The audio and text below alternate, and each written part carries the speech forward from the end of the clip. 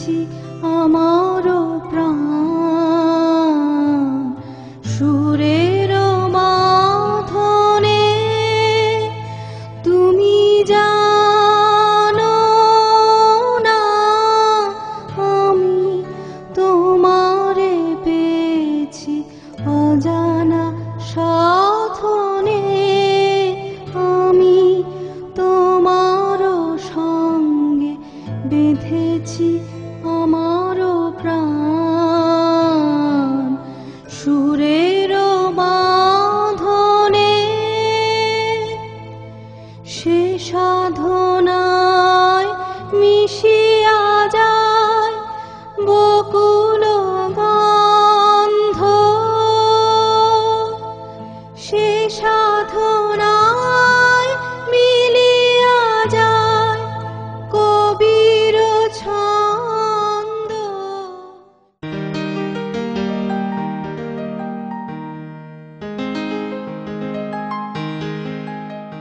আব্বা বলো। ভাইয়ের ফোন। হ্যাঁ, কেমন আছো বলো? এই তো ভালো আছি আব্বা, আপনি কেমন? এই বয়সে যেমন থাকা তেমনই আছি। হ্যাঁ আব্বা, আমি পরশুদিন শরীয়তপুরে আসতেছি। Good, very good. তোমার ছেলে বাড়ি আসছে? ভালো, হ্যাঁ, খুব ভালো। খালাম্মা এবার খুব ভালো হইব, বড় ভাজা নাইতাছে। তোমার তো মজা হইবই, সারাদিন সাইজা গুজা থাকো, মনে হয় যেন বিশ্ব সুন্দরী। এই আমাকে একটু ফোনটা দাও তো। হ্যাঁ ধরো ধরো, তোমার মায়ের সঙ্গে কথা বলো। আম্মা ভাইকে বলো না ভাবিকে নিয়ে আসতে। তোর আব্বা যদি মেনে নেয় আমার কি সমস্যা? বউটাকে তো এখনো চোখেই দেখলাম না। ঢাকার মেয়ে, আমার চাওয়া না চাওয়ায় কিছু আসে যায়? আসতে চাইছি যখন আসুক। বাবা তুই বাড়ি আয়, তোর বাবা মত দিয়েছে। কি বললেন মা? আব্বা সত্যি আসতে বলেছে? আচ্ছা ঠিক আছে, আমি জিনাকে নিয়ে আসতেছি। ঠিক আছে আব্বা, ঠিক আছে। ওরা বাড়ি আসছে। কি রে তুই এত খুশি কেন? আল্লাহ খুশি হবো না? আমার বড় ভাবি আইতাছে, এবার তো তোমার পালা। আর তুই এত পুতুলের মতো সেজে থাকিস কেন? তাও তো তোমার চোখে পড়ে না। আহা, কি শুরু করে দিলি তোরা? হ্যাঁ, নতুন বউ আসছে বাড়িতে, কত কাজ, যে যার কাজে যা তো যা যা।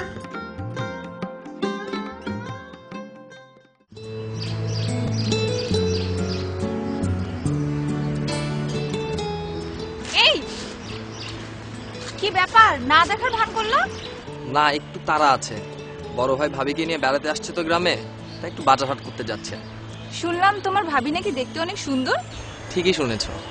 তো তোমার ভাই ভাবি কি এখন গ্রামে থাকবে নাকি? তা জানি না, তবে যদি থাকে তোমার সমস্যা কি? আমার আর কি সমস্যা, কিন্তু তুমি তো নতুন ভাবিকে পেয়ে আমাকে ভুলে যাবে। তবে রে দাঁড়া। এই আমার বাবা কিন্তু মেয়র, আমি কিন্তু তোমার বাবার কাছে নালিশ করব। নালিশটা একটু শক্ত করে দিও কেমন, যাতে তোমার জামাই হতে আমার সমস্যা না হয়।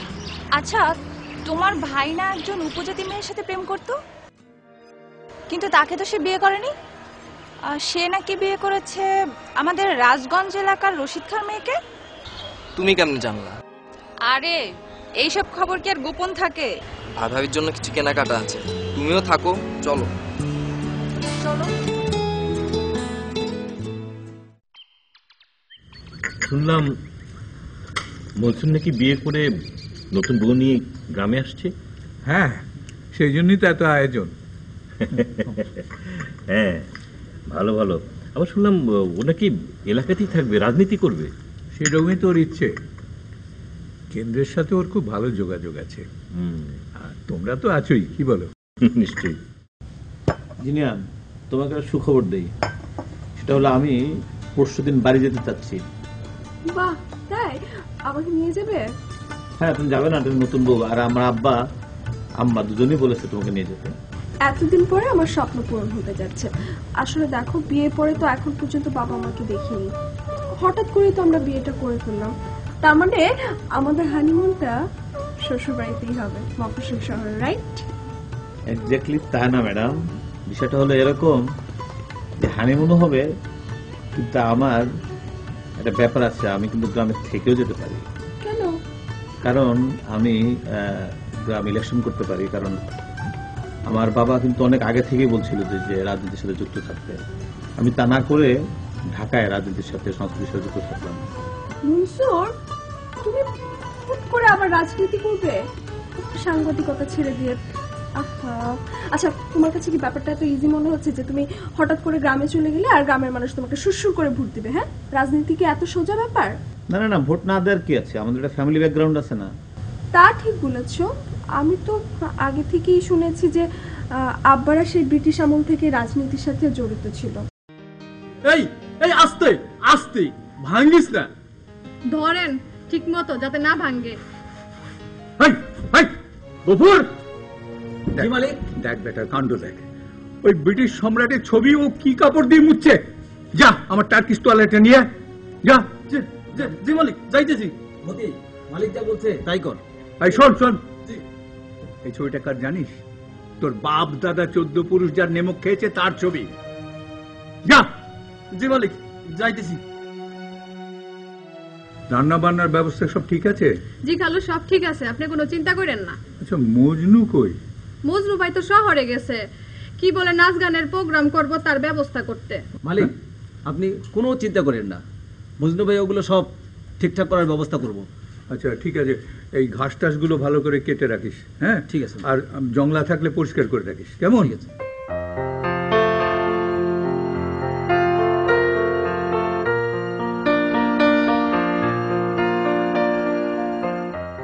আজ বাহাল কইরা বাজান গো তো তোরা সুন্দরী কমলা নাচে।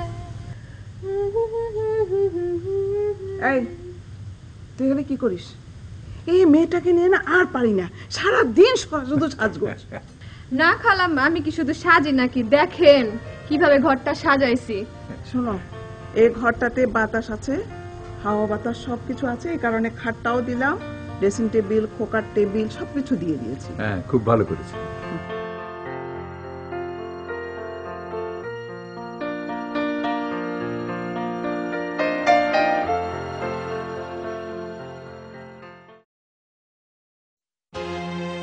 এই পুতুল, এই ছবিটা কে লাগিয়েছে? আমি খালাম্মা, খাটের নিচে পড়া ছিল, মুছা টাঙাই দিলাম।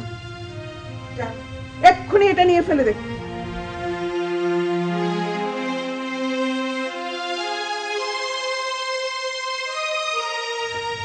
নারীর মন বোঝা বড় দায়। এই বয়সেও রানী ভিক্টোরিয়াকে হিংসা করো? হ্যাঁ আব্বা, বাড়িটা খুবই সুন্দর করে সাজানো হয়েছে। আমার যে কি ভালো লাগছে আব্বা, এতদিন পর ভাই ভাবিকে নিয়ে আসছে। এতদিন বাড়িটা কেমন জানি খা খা করতো। তুই বড় হয়েছিস, এখন থেকে বলা যায়। 40 বছর আগে তোর মা যখন প্রথম বউ হয়ে এই বাড়িতে আসে, তখনও বাড়িটাকে এইরকম সুন্দর করে সাজানো হয়েছিল।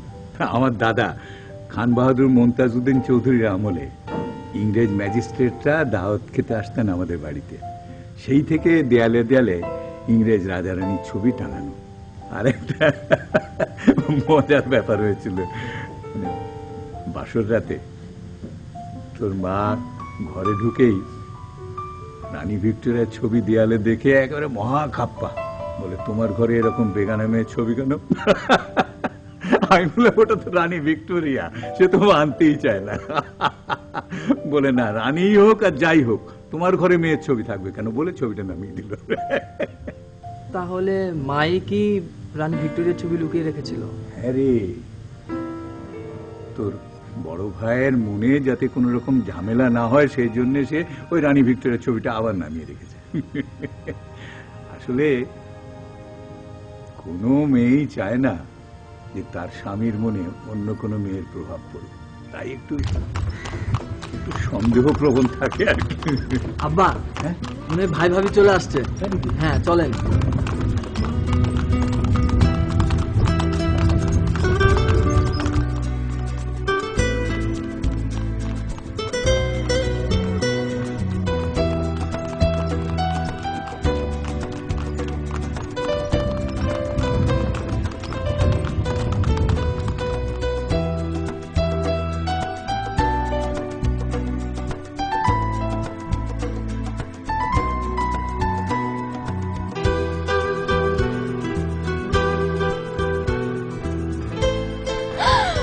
লাগলো তোমার জার্নিটা?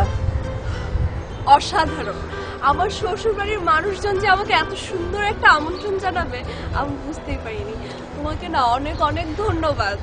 এই ধন্যবাদটা তুমি আমাদের বাড়িতে গিয়ে দিও আমার ছোট ভাই মজনুকে। মজনুকে তো অবশ্যই থ্যাঙ্কস জানাবো, এবং তার জন্য আমার কাছে একটা গিফটও আছে। How sweet. এই ব্যাগগুলো একটু বাড়িতে দিয়ে আসো। হ্যাঁ জি আচ্ছা, চলো।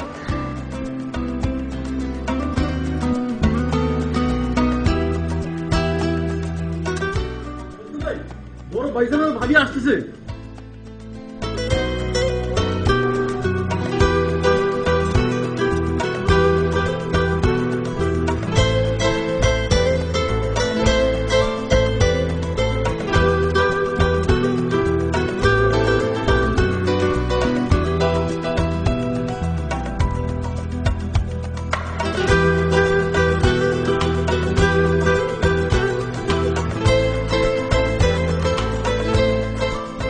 আমার ছেলে তো কোনো ভুল করেনি, বৌমা অনেক সুন্দরী।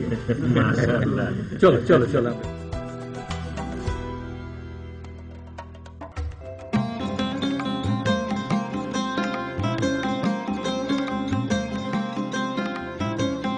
ওরা অনেক দূর থেকে এসেছে, রাতও হয়ে গেল। মজনু, জি আব্বা। তোমাদের অনুষ্ঠান শুরু করো। ওই শোনো, তাবাসসুম খুব বিখ্যাত নাচের শিল্পী, আমরা একসাথে পড়াশোনা করতাম, বুঝছো? আসসালামু আলাইকুম। আর এই যে রাশেদ আঙ্কেল, আমাদের এখানকার খুবই স্বনামধন্য একজন লোক। রিয়াজ আমার ফ্রেন্ড। হ্যালো। ও আমাদের বাড়িতে অনেকদিন ধরে আছে, সবাইকে তুমি চিনে যাবা। আচ্ছা তাড়াতাড়ি করো, তাড়াতাড়ি করো, রাত হয়ে গেছে। আপা শুরু করুন।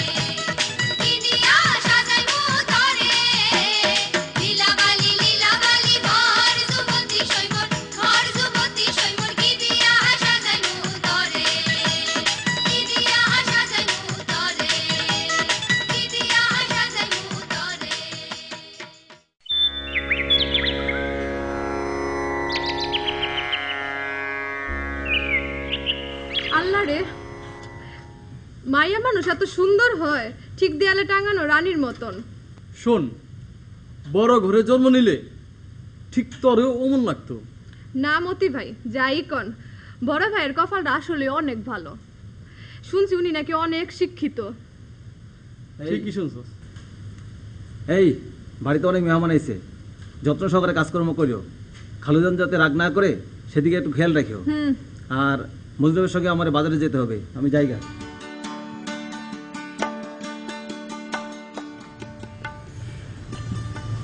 এসো মা, এসো, বসো।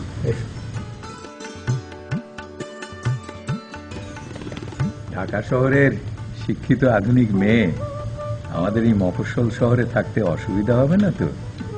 ছি ছি বাবা, এসব কি বলছেন? আপনারা সবাই আছেন, আমিও থাকতে পারবো বাবা। বাহ বাহ বাহ, এই তো আমার বৌমায়ের মতো কথা। বৌমা, এই গহনাগুলো তোমার। কি বলছেন মা? এগুলো আমার জন্য? হ্যাঁ মা, এগুলো সব তোমার। মা অনেক অনেক ধন্যবাদ আপনাকে। কিরে পুতুল, হা করে দেখছিস কি? বৌমাকে পরিয়ে দে। না না পুতুল, এখন পড়াতে হবে না মা, আমি এগুলো পরে পরে নিব। আচ্ছা আব্বা, আমার তো একটু বাইরে কাজ আছে, আমাদের মেয়র স্যার, রাশেদ কাকা, এদের সাথে একটু কথা বলতে হবে এবং আমার কিছু বন্ধু বান্ধব আছে, ওদের সাথেও সাক্ষাৎ করতে হবে। আপনি তো আমার টার্গেট জানেন, ইলেকশন করব, এলাকায় থাকব। আমি এলাকার সব মাতবরদের সঙ্গে কথাবার্তা বলেছি যে তুমি নির্বাচন করবে। তারা আমার সন্তান হিসাবে তোমাকে যথেষ্ট সম্মান করবে। আর তাছাড়া তোমার ছোট ভাইয়েরও তো অনেক বন্ধু বান্ধব আছে। এ পুতুল, যা বৌমাকে নিয়ে বাড়িটা ঘুরে দেখি না। আচ্ছা খালু। জানো বৌমা, এই বাড়িটা ব্রিটিশ আমলের করা চৌধুরী বাড়ি। তখন ইংরেজ আমল, কি দাপট। আজকাল আর কিছুই নেই, সেই ইংরেজও নেই, সেই জমিদারিও নেই। বাবা তারপরে অনেক ভালো লাগছে, কারণ ঢাকা শহর থেকে আপনাদের এই মফস্বল শহর অনেক সুন্দর, দু চোখ ভরে যাচ্ছে প্রাকৃতিক সৌন্দর্যে। ঠিক আছে বাবা। বৌমা, তোমার কিছু প্রয়োজন হলে মতি গফুররা আছে, ওদেরকে বলো। ঠিক আছে মা। যাও মা। আমি তাহলে আব্বা একটু যাই বাইরে।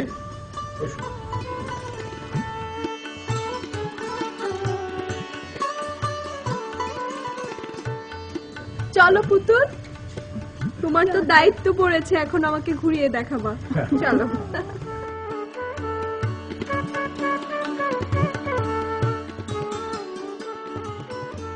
সব আয়োজন ঠিক আছে তো? হ্যাঁ।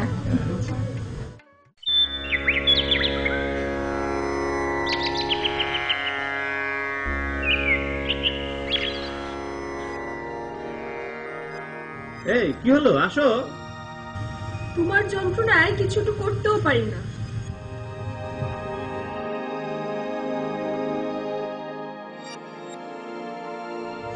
কি দেখলা ওখানে? মনসুর, এই ছবিটা কার? ব্রিটিশ সম্রাটের ছবি। মিস্টার, আমি তো বুঝতেই পারছি এটা ব্রিটিশ সম্রাটের ছবি, কিন্তু আমার প্রশ্নটা হচ্ছিল এই ছবিটা এখানে কেন টানানো হয়েছে? জিনিয়া, তুমি তো জানো যে আমার বাপদাদারা জমিদার ছিল, তো ব্রিটিশ সম্রাটের ছবি এখনো তারা ভুলতে পারেনি, তারা ওই প্রীতি তাদের এখনো আছে। আর আমার বাবা সে কারণে ছবিটা এখনো এখানে টাঙিয়ে রেখেছে। একা একা ব্রিটিশ সম্রাটের ছবি এখানে আছে, তার পাশে কি আর সম্রাটের ছবি ছিল না? পাশে কিন্তু রানীর ছবি ছিল, কিন্তু আমার মা লুকিয়ে রেখেছে। মানে আমার মা মানে আমার ছোট মা, সৎ মা। বুঝতে পারলাম, কিন্তু মা কেন ছবিটা লুকিয়ে রেখেছে? সব বুঝতে পারবা আস্তে আস্তে। শোনো, তোমাকে একটা সিরিয়াস কথা বলতে চাই, রাগ করবে না তো? না না, বলো বলো। আমার এই ছবিটা এখানে টানানোতে অবজেকশন আছে, কারণ দেখো, দীর্ঘ 9 মাস যুদ্ধ করে আমাদের দেশ স্বাধীন হয়েছে। ভাষা সৈনিকরা তারা তাদের জীবন দিয়ে আমাদের বাংলা ভাষা অর্জন করেছে। এখানে থাকলে আমাদের দেশে কৃতি সন্তান, মুক্তিযোদ্ধা কিংবা ভাষা সৈনিকদের ছবি থাকবে, কিংবা আমাদের জাতির জনক বঙ্গবন্ধুর ছবি থাকবে। কিন্তু না, তা না করে তোমরা ব্রিটিশ সম্রাটের ছবি রেখেছো। এটা কি আমাদের নেক্সট জেনারেশনের কাছে আমাদের হিস্ট্রিকে প্রেজেন্ট করবে বলো? তুমি ঠিকই বলেছো জিনিয়া, একদম ঠিক বলেছো। তুমি শিল্পী না হয়ে ইতিহাসের শিক্ষক হলে ভালো করতে। এই যে আবার দুষ্টুমি শুরু করেছো না? আচ্ছা চল বাদ দাও, আরেকটা কথা বলতে চাই। আবার কি কথা রে ভাই? এখন তো আরো বেশি সিরিয়াস কথা। সিরিয়াস? শিওর? ওই যে উপজাতি মেয়েটা, তোমার যে বান্ধবী ছিল, মানে গার্লফ্রেন্ড ছিল, তার কথা কি তোমার এখনো মনে পড়ে? এটা আবার তুমি কিভাবে জানলে? সেটা না হয় তুমি নাই জানবে। এতদিন পর আবার তুমি কঙ্কার কথা মনে করলে। কঙ্কাবতী না? না, ও খুব ভালো গাইতো, নাচতে পারতো, আর নজরুল সঙ্গীত খুব পছন্দ করতো। হয়েছে, গার্লফ্রেন্ডের খুব গুণগান করা হয়েছে, আর শুনতে চাই না। আরেকটা কথা বলতে চাই তোমাকে। আচ্ছা, তোমার যে একটা বান্ধবী ওই যে তাবাসসুমা পাচ্ছে না, তাকে একটু ডাকো না। আসলে আমি তো আগে নাচ করতাম, আমার না আবার নাচ করতে ইচ্ছা করছে। তুমি একটু তাকে বলো না যে আমাকে একটা সুন্দর গানের উপর একটা নাচ তুলে দিতে। ঠিক আছে, আমি তাবার সঙ্গে বলে দিই। মনে থাকে যেন, তোমার ভুলে যাওয়ার অভ্যাস আছে। তুমি এখানে কোথায় যাচ্ছ? তোমাদের বাড়িতে। তোমার বাবা আমার চৌধুরী কাকার কাছে দেখা করতে যাব। বাবার কাছে কেন? তোমার নামে নালিশ করতে। আমি আবার কি করলাম? লুকিয়ে লুকিয়ে আমার সাথে প্রেম করছো, আর এখন তো নতুন ভাবে কেঁপে আমাকে ভুলে গেছো, তাই না? কখন যে পুকুর পাড়ে এসে বসেছিলাম, কখন থেকে ওয়েট করছি, সে খেয়াল কি আছে তোমার? আমি বলেছিলাম নাকি বাড়িতে মেহমান, প্লিজ বাবার কাছে যেও না। আর এরকম হবে না। দূরও বুদ্ধ কোথাকার। আরে আমি তো এসেছিলাম নতুন ভাবির সাথে গল্প করতে, কিন্তু এসে তো দেখলাম পুকুর পাড়ে তাবাসসুমা আপার কাছে নাচ শিখতেছে। ভালো, আসো।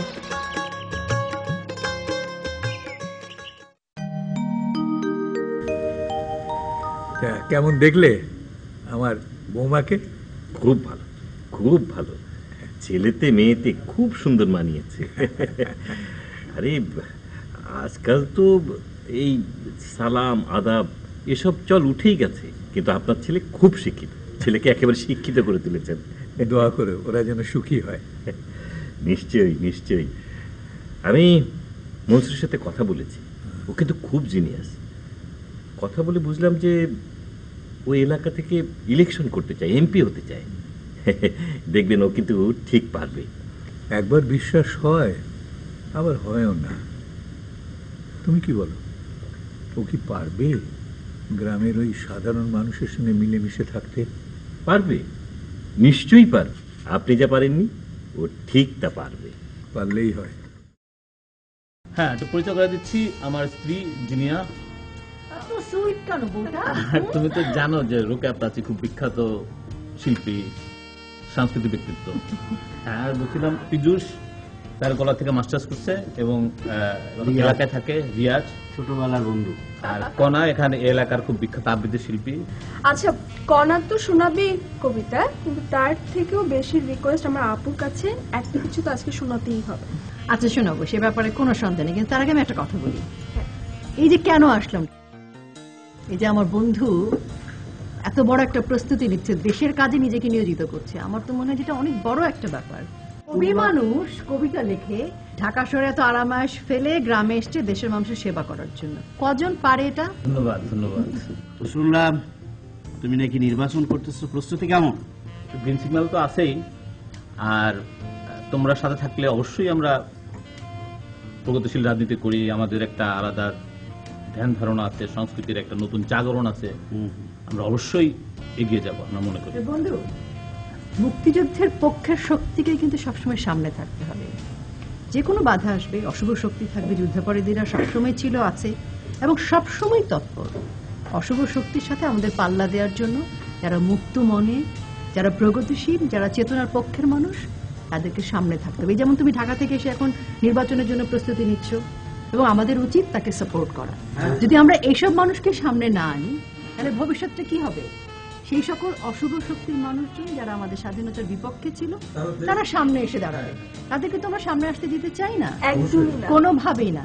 কাজে আমাদের যারা শুভ শক্তির মানুষ, মুক্তিযুদ্ধের চেতনার মানুষ, এরকম মানুষজনকে আমরা কি করব? নির্বাচনের জন্য প্রস্তুতি নেওয়ার ক্ষেত্রে আমরা সাপোর্ট করব। আমি আসলে সবসময় চাই এরকম একজন, উনি কবি, আমার বড় ভাই কবি। এই কবি মানুষ বোঝে এবং মানুষের সাথে, এলাকার মানুষের সাথে তার একটা বড় আন্ডারস্ট্যান্ডিং আছে। একদম হাটে মাঠে ঘাটে মানুষের দুঃখ দুর্দশা জানতে হবে, তাদের ঘরে যেতে হবে, তাদের উনুনে কি আছে, তাদের মনের ভেতরে কি আছে, সব জানতে হবে। বাহ, একদম আমাদের এই মুহূর্তে যে শক্তি ক্ষমতায় আছে, তাদের কিন্তু একটাই উদ্দেশ্য, দেশের জন্য উন্নয়ন করা, দেশের মানুষের পাশে থাকা। ভাবি থাকবেন তো? কেন থাকবো না, আমি ওর মাঝে এত বেশি দেশপ্রেম দেখেছি, সেই জিনিসটাকে উপলব্ধি করতে পেরেছি আপু। এই কারণে ওর সাথে চলে আসে আমার। কনা, তুমি শামসুল্লাহকে এই কবিতাটা শুনিয়ে দাও তো। এখনই? হ্যাঁ, শুনে যাক। আমি কার কাছে গিয়া জিগামু, সে দুঃখ দেয় কেন? কেন এত তপ্ত কথা কয়? কেন পাশ ফিরা সয় ঘরের বিছন নিয়া কেন অন্য ধান খেত রয়? অথচ বিয়ার আগে আমি তার আসিলাম ধ্যান, আসিলাম ঘুমের ভিতরে তার যান জল পেতে হৃদয়ের খাসের ভিতরে। একদম দুই লাইন, এই দুই লাইনের মধ্যে একটা বার্তা আছে, সেই বার্তাটা আমার বন্ধুর জন্য এবং আমাদের সকলের জন্য। এখন যৌবন যার, যুদ্ধে যাবার তার শ্রেষ্ঠ সময়। এই যুদ্ধ হচ্ছে আমাদের মুক্তিযুদ্ধের সময় আমাদের বীর শ্রেষ্ঠরা, আমাদের শহীদ মুক্তিযোদ্ধারা যুদ্ধ করেছেন, আমাদের বীরাঙ্গনা মাতারা আমাদের জন্য ত্যাগ করেছেন। এখন এই আমরা যারা আছি, আমাদের যুদ্ধ হচ্ছে সেই সোনার বাংলাকে আরো সুন্দর করা, আর এই দেশ থেকে অশুভ শক্তির সকল যুদ্ধাপরাধী সহ যারা আমাদের বিপক্ষে তাদের সবাইকে তাড়িয়ে দেয়া। বাহ বন্ধু, আমি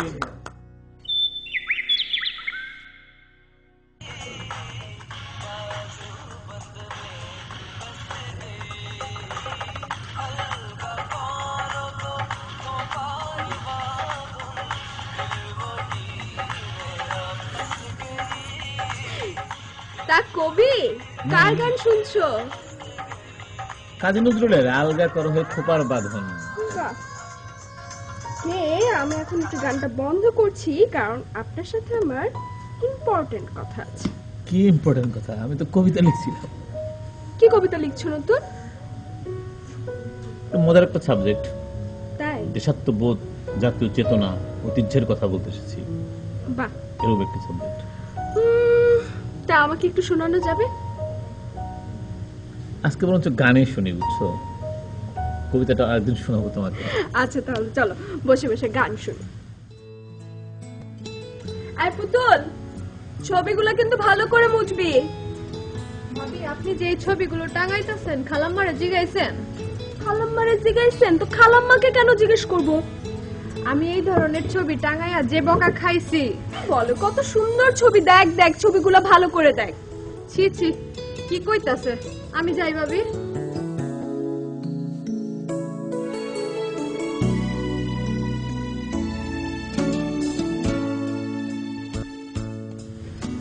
বৌমা, জি মা। তুমি নাকি ঘরের ছবি লাগাইতেছো? হ্যাঁ মা, দেখেন না, এই যে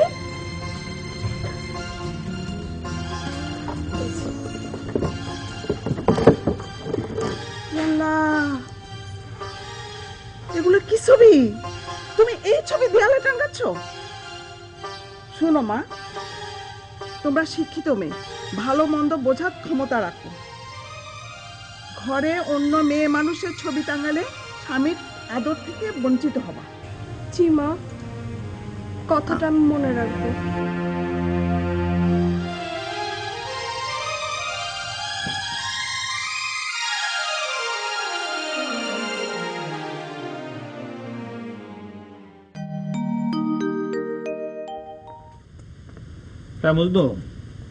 ব্যাপারটা হলো কি, যে ভোট কিন্তু এত সহজ ব্যাপার না। তো বলছিলাম কি, তোর কিছু বন্ধু বান্ধব আছে, আমারও কিছু পুরনো ফ্রেন্ড আছে, সবকিছু মিলে সিরিয়াসলি কাজ করতে হবে। ভাই, আপনি টেনশন করবেন না। আপনি যে ভোট করছেন এটা কিন্তু এলাকার লোকজন জানে। এলাকাতে আপনার নামে একটা গুড সাউন্ড আছে যে আপনি ইলেকশন করছেন। না, আমি সেটা জানি, কিন্তু একটা ব্যাপার সেটা হলো যে ধর পালং, তুলাসার, তার গুড়িপাড়া, আঙ্গেরা, তোর কাশীপুর এলাকায় আমাদের যথেষ্ট ভোট আছে, আমি জানি আমাদের এই ব্যাপারে। কিন্তু ধর গোয়াতলা, রঙের বাজার, এই সমস্ত এলাকা, দক্ষিণ গোয়ালদ্বীপ, বাইশরশি, এই সমস্ত জায়গায় কিন্তু আমাদের ভোট নেই। আর রথীন্দ্রনাথ ঘটক রায় চৌধুরীর বাড়িটা, আর তুই তো জানো যে এখন দেশের অবস্থা কতটা, এই যে মৌলবাদের নির্বাক হয়ে যাওয়া, এই বিষয়টাও কাজে লাগাইতে হবে। কারণ সব কিছুর ঊর্ধ্বে একটা কমিটমেন্ট আছে আমার, একটা প্রগতিশীল কমিটমেন্ট, দেশ, দেশাত্মবোধ, জাতীয়তাবোধ, চেতনা, হ্যাঁ, আমাদের মুক্তিযুদ্ধ, এগুলোকে আমাদের তুলে ধরতে হবে।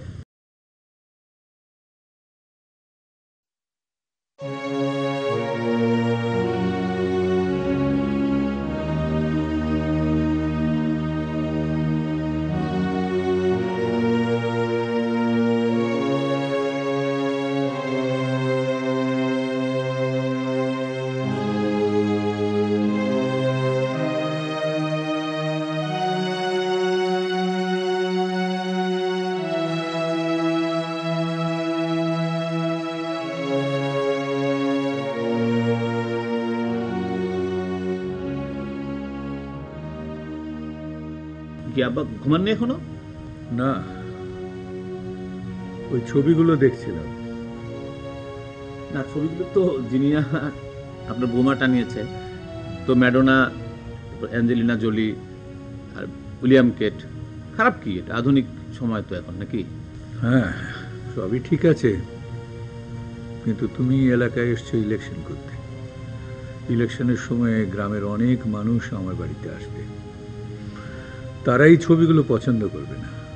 এটা অবশ্য আব্বা ঠিকই বলেছে না? হ্যাঁ, তাই তো মনে হয়।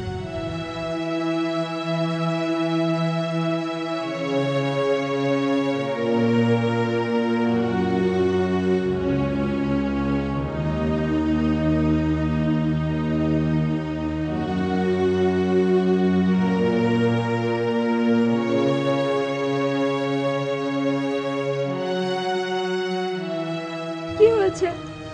এভাবে স্ট্যাচুর মতো দাঁড়িয়ে আছো কেন? বাবা কিছু বলেছে? না, তুমি যে দেয়ালে ছবিগুলো টানিয়েছো না, ওগুলো নামিয়ে ফেললে ভালো হয়। কেন? নিশ্চয়ই আমার হাজবেন্ডের ওইসব নারীদের প্রতি টান বাড়বে, এই ধরনের কথা কেউ বলেছে? আমি বুঝতে পারি না, তোমার এত সুন্দর বউ থাকতে তোমার কি নজর এতই খারাপ যে ছবির দিকে তোমার টান বেড়ে যাবে? ওফ! আরে এক্স্যাক্টলি তা না। এই গ্রামে এই ছবিগুলোর মূল্য কে বুঝবে বলো? আর তাছাড়া তুমি জানো আমি তো ইলেকশন করতে আসছি এখানে, তাই না? আর অনেক লোক আসবে বাড়িতে, এগুলোর মূল্য কে বুঝবে? আর যখন ঢাকায় যাব, আমাদের ঢাকার ফ্ল্যাটে, তখন টাঙিও। লক্ষ্মী, সত্যি বলছো তো? হ্যাঁ, প্রমিস? প্রমিস। আচ্ছা, সরি, এখানে টানিয়েছি তার জন্য অনেক অনেক দুঃখিত। আমি সব ছবি নামিয়ে ফেলবো। এখন চলো, ঘুমাতে যাবো। আসো, মোবাইল রাখো। ঠিক আছে, ওকে। চলো তো।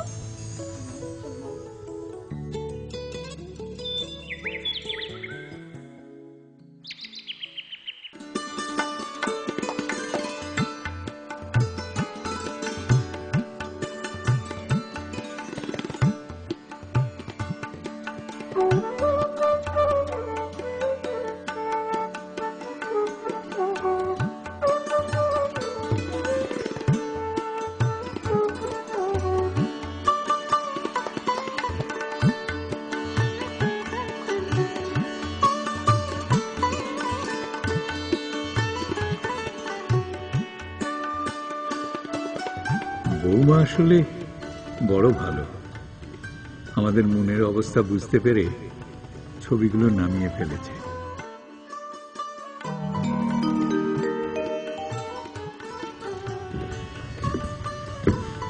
কোথা থেকে আসলে?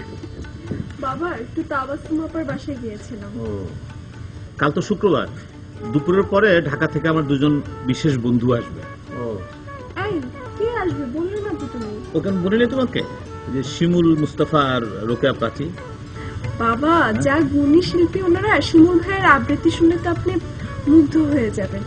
আর রোকেয়া প্রাচী আপুর অভিনয় অসাধারণ। খুব ভালো একটা কাজ করেছো তুমি। এটা কি তোমার ইলেকশন স্ট্র্যাটেজি নাকি? না, এটা বলতে বাবা পারি। ঠিক ধরেছেন, ও এখন যাই করে ইলেকশনকে মাথায় রেখে করে। তোমার লাইনে তুমি কাজ করো, আর কোনো অসুবিধা হলে আমাকে বলো। যাও ঘরে। ঠিক আছে।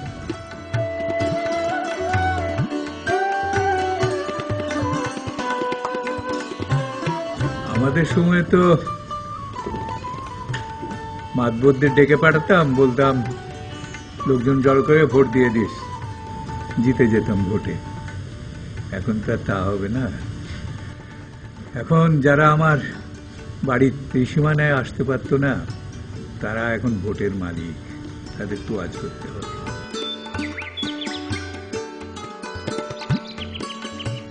আব্বা, এই হলো শিমুল মুস্তাফা, বিখ্যাত আবৃত্তি শিল্পী, আর রোকেয়া প্রাচী, সংস্কৃতির ব্যক্তিত্ব।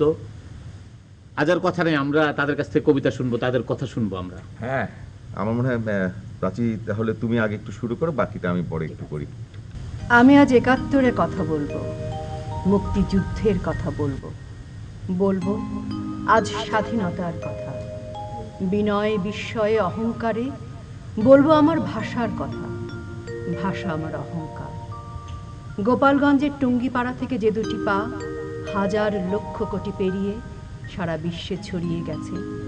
আজ আমি তার কথা বলবো। তিনি বঙ্গবন্ধু শেখ মুজিবুর রহমান। রক্তাক্ত 15ই আগস্ট যুদ্ধ অপরাধীদের বিচারের কথা আমি বলতে চাই সারা বিশ্বের কাছে। বাংলাদেশের কথা, সমুদ্র জয়ের, খাদ্য স্বয়ংসম্পূর্ণতার কথা, তথ্য প্রযুক্তির বিশ্বায়নের কথা। আমি কবিতায় বলতে এসেছি বঙ্গবন্ধু আর পদ্মা সেতুর বাস্তবায়নের কথা। আমি বুক ফুলিয়ে বলতে এসেছি মুক্তিযুদ্ধের কথা, স্বাধীনতার কথা। ভাষা আমার অহংকার, মুক্তিযুদ্ধ আমার অহংকার। আমাদের পরিবারের পক্ষ থেকে শিমুল মুস্তাফা আপনাকে এবং রোকেয়া প্রাচী আপনাকে শুভেচ্ছা, ধন্যবাদ। অনেক ধন্যবাদ।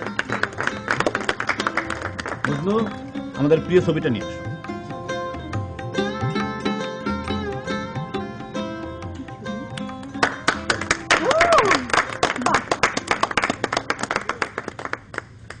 এতদিন আমি অতীতকে আঁকড়ে ধরেছিলাম, আজ আমি এই বাস্তবে ফিরে এলাম।